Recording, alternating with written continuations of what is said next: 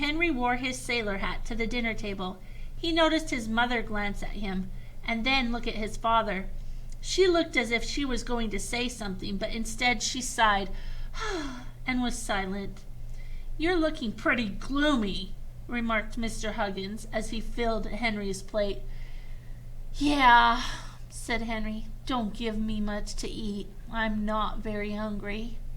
Henry was careful to bite with his solid front teeth. He couldn't take chances with his loose teeth. He had to have them to show off to people who started making fun of his hair.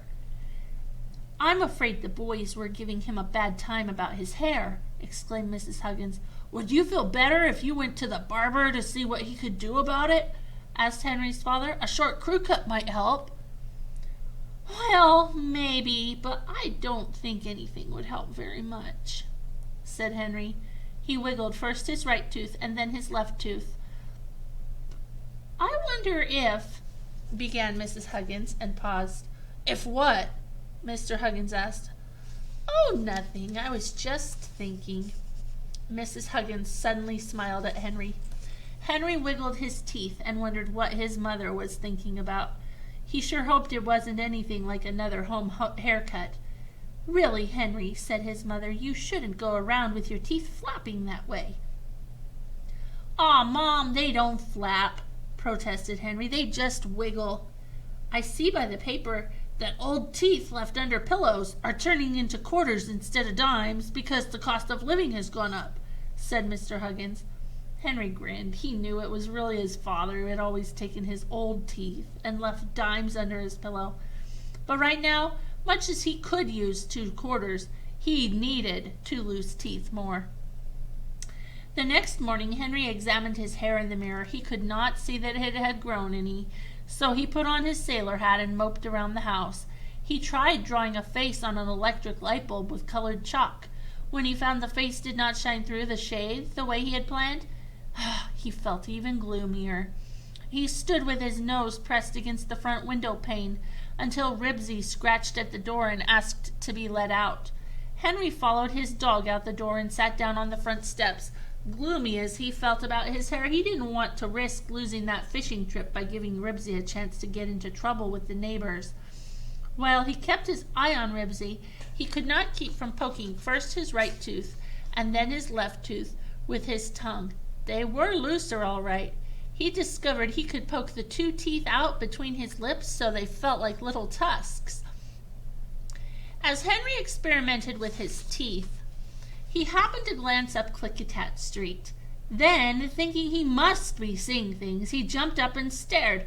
Robert and Scooter were walking toward him, both of them wearing sailor hats with the brims turned down over their eyebrows. "Well, how do you like that?" thought Henry. "Wearing sailor hats just to make fun of me. A couple of fine friends they turned out to be." Well, they weren't going to get a chance to tease him. "Come on, Ribsy," he said. "Let's go in the house before they see us." Ribsy did not care to go into the house. He was busy sniffing the rose bushes along the edge of the Grumbies' property. "Okay, you old dog," muttered Henry, and steeled himself for the meeting with Scooter and Robert. Side by side, the 2 boys walked down the street. They did not seem to see Henry. Looking straight ahead, they stalked past the Huggins' house. Henry stared after them. "What's the matter with them, anyhow?" he wondered. "What did I do to them?" Then a thought struck Henry. Could it be? No, it couldn't. Yes, it must be. Suddenly Henry had a feeling he was no longer the only boy with a chewed-up haircut. "Hey!" he yelled. Robert and Scooter stalked on. Why are they acting like that? Henry wondered. It's not my fault if they have home haircuts. Henry felt he had to know for sure. If he wasn't the only one with a chewed-up hair, things wouldn't be so bad. "Hey, fellas!" he yelled again. And as he yelled, his tongue touched one of his loose teeth. What were a couple of loose teeth anyhow? He made up his mind. "Want to watch me pull my teeth?" Robert and Scooter hesitated. Then they stopped and turned around. "I've thought of a keen way to pull them," said Henry, trying frantically to think of an unusual way to get those teeth out of his mouth. How? Demanded Scooter, as he and Robert came up the steps. You'll see, said Henry feebly. But he thought, how am I going to pull them? To stall for time, he fished through his pockets and found a piece of string. Well, how come you fellows are wearing hats? He ventured. Come on, Robert, said Scooter. He said he was going to pull his teeth, but I guess he didn't mean it. I am too going to pull them. Henry was determined not to let the boys get away before he found out what had happened. He carefully untangled the string and tried to sound casual. Did you fellas get your hair cut? He asked. We sure did, said Scooter, and it's all your fault. What do you mean it's all my fault? Asked Henry. What did I do? Oh, you know. Scooter scowled at Henry. And if you ask me, it was a pretty mean trick. As bad as tattling. Worse, said Robert. What mean trick? Henry demanded. What are you talking about? Your mother phoned our mothers and told them about the sale of hair clippers. That's what, said Scooter. She phoned just like you told her to. And they both went right over to the clipper sale at the Colossal drugstore. My mother? Henry was genuinely bewildered. My mother phoned your mother's? Honest, you didn't know about it? Robert asked. Cross my heart and hope to die, said Henry. Well, so that was what his mother had been thinking about at dinner last night. Leave it to her to think of something. Henry wanted to laugh and shout, but he did not dare, not with Scooter glowering at him. See, said Robert to Scooter, I told you it wasn't his idea for his mother to tell our mothers. I knew Henry wouldn't do a thing like that, and you said he would. Henry looked injured. You're some friend thinking I'd do a mean thing like that. Well, maybe you didn't, said Scooter grudgingly, but I bet you haven't really thought of a way to pull your teeth.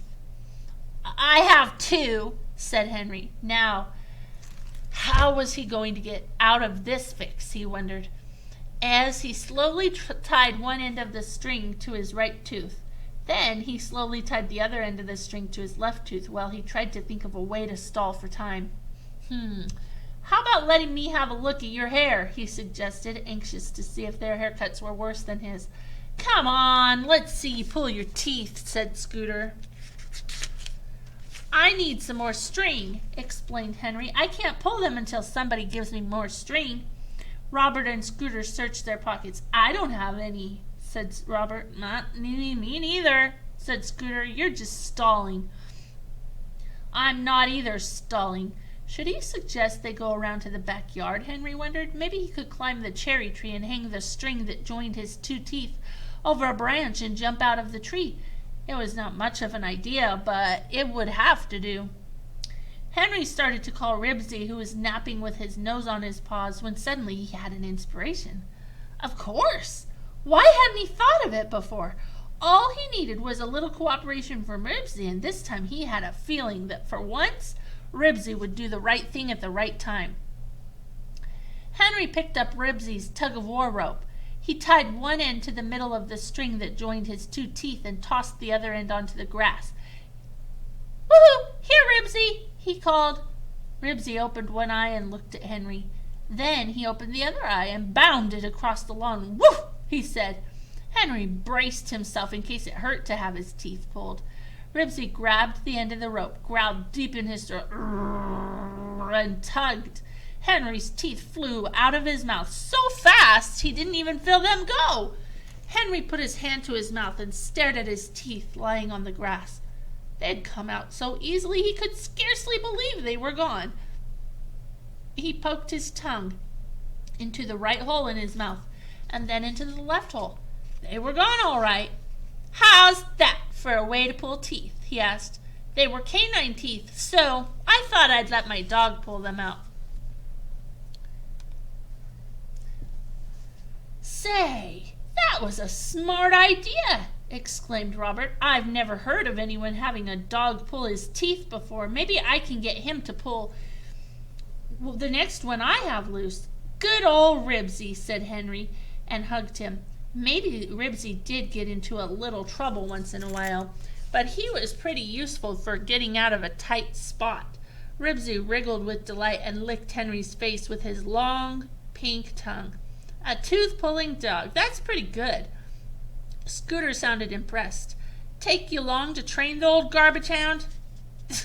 Not very long, and he's not a garbage hound. Henry untied his teeth and put them in the watch pocket of his jeans for safekeeping till he put them under his pillow that night. He's a smart dog, aren't you, Ribsy? Boof, answered Ribsy, and worried the rope. Henry looked at Scooter's and Robert's sailor hats. Well, how about letting me see your haircuts? He asked, pulling off his own hat. Nope. Scooter took hold of his hat and tried to yank it further down over his ears. Aw, come on, Scoot, coaxed Henry. I pulled my teeth like I said I would. Robert snatched off his own hat, and he and Henry studied each other's haircuts. Yours is better in the front, but mine is better in back, Robert decided. At least it feels better. Henry examined Robert's hair. It looked pretty bad, a little worse than his own, he decided, especially where it was gouged out over the left ear. I suppose hair really does go pretty fast, said Henry. Anyway, we're better off than Scooter, observed Robert. He's bald on one side. It'll take months to grow out. No kidding, said Henry. Really bald? Then he and Robert began to laugh. Scooter looked even gloomier. It's all right for you guys to laugh. You're in the same room at school and you can stick together. But I'll be the only one in my room who doesn't have a boughten haircut.